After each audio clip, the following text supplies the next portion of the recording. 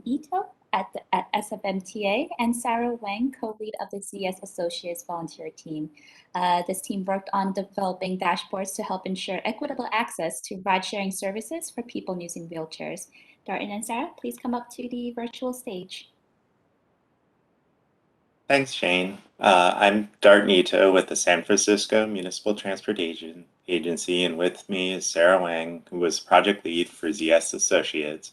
We're here to share our project, which was to visualize TNC Access for All data.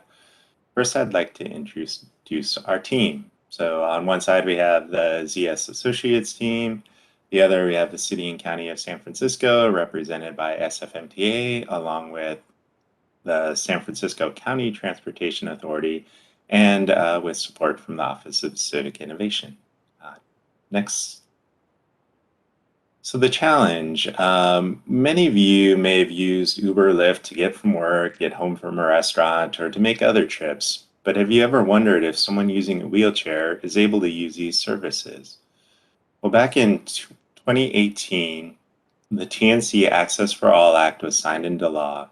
This bill requires transportation network companies such as Uber and Lyft to pay a per-trip fee that can be used to pay for the cost of providing on-demand mobility services that meet the needs of persons with disabilities. So over the last year and a half, or a little bit longer, the TNCs have been reimbursed a lot of money for reporting that they have met the performance requirements required by the TNC Access for All Act. However, we found that the reports are not easily legible or transparent to the public.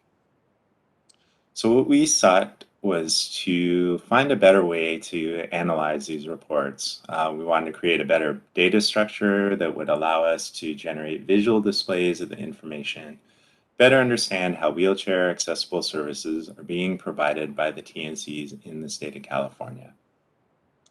We wanted to eliminate the need for one-off analyses and be able to develop deeper insights, such as to see trends over time, all with the goal of making the data easier to use and understand by members of the public. On this next slide, here's just a sample of one of the reports from one of the companies that's reporting. This is just one portion of that, and you can see off to the right that this is just one tab in a series of tabs. There's over a dozen reports that are required in all. And given the volume of information and the way that it's presented, it was really difficult for us to draw any conclusions about how the service is being provided. So now I'd like to turn it over to Sarah to describe how we sought to approach our project.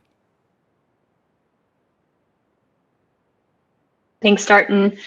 Yes, as you saw from that data display, our first order of business was just to dive in and understand the problem. I think given that this is a legislative law, it was really important for us to understand the act that was published and map out the metrics that defined in there where we needed to go. So we reviewed all the historical data, finding and logging any data errors along the way, and ultimately understood a clear path of where we needed to go and how we would get there.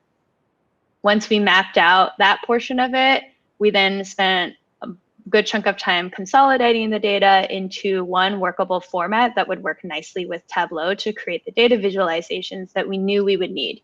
And we actually had the opportunity to build two different versions of the dashboard, one for internal SFMTA use and one to share out with the public to build transparency and trust between the city and its citizens.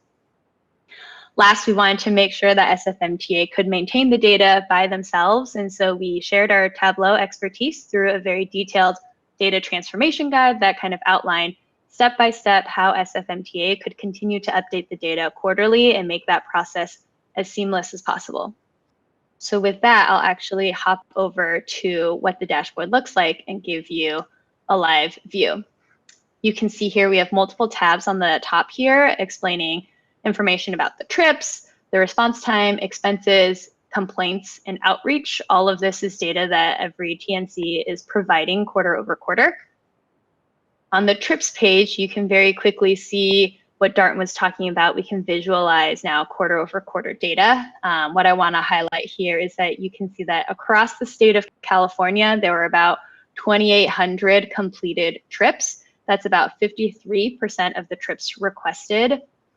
And we can also filter down to whatever county of interest. But if we go to San Francisco, it's really cool to see that the vast majority of those trips were completed in San Francisco, about 1,000 of that 2,800.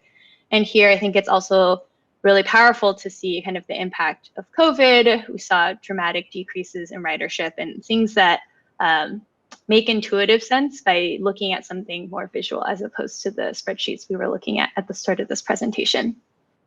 So in addition to just trip information, we have some basic information about supply and demand.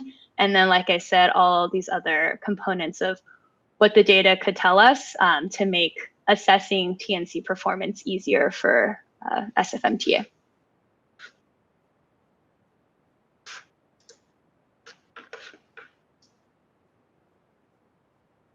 Thanks, Sarah. So we were excited by the opportunity to raise awareness of the state of wheelchair accessible services that are being provided by transportation network companies in each of the counties in California.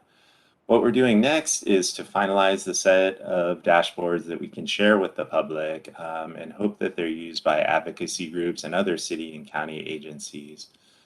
We feel that with the foundation that the ZS Associates team has laid, that city staff will be able to update and maintain the dashboards as each subsequent quarter's data is reported. Finally, we have met with the California Public Utilities Commission staff who are responsible for implementing this program and hope that this effort has inspired them to develop similar content for this and other transportation programs they manage. With that, I'd like to thank you all for hearing our story.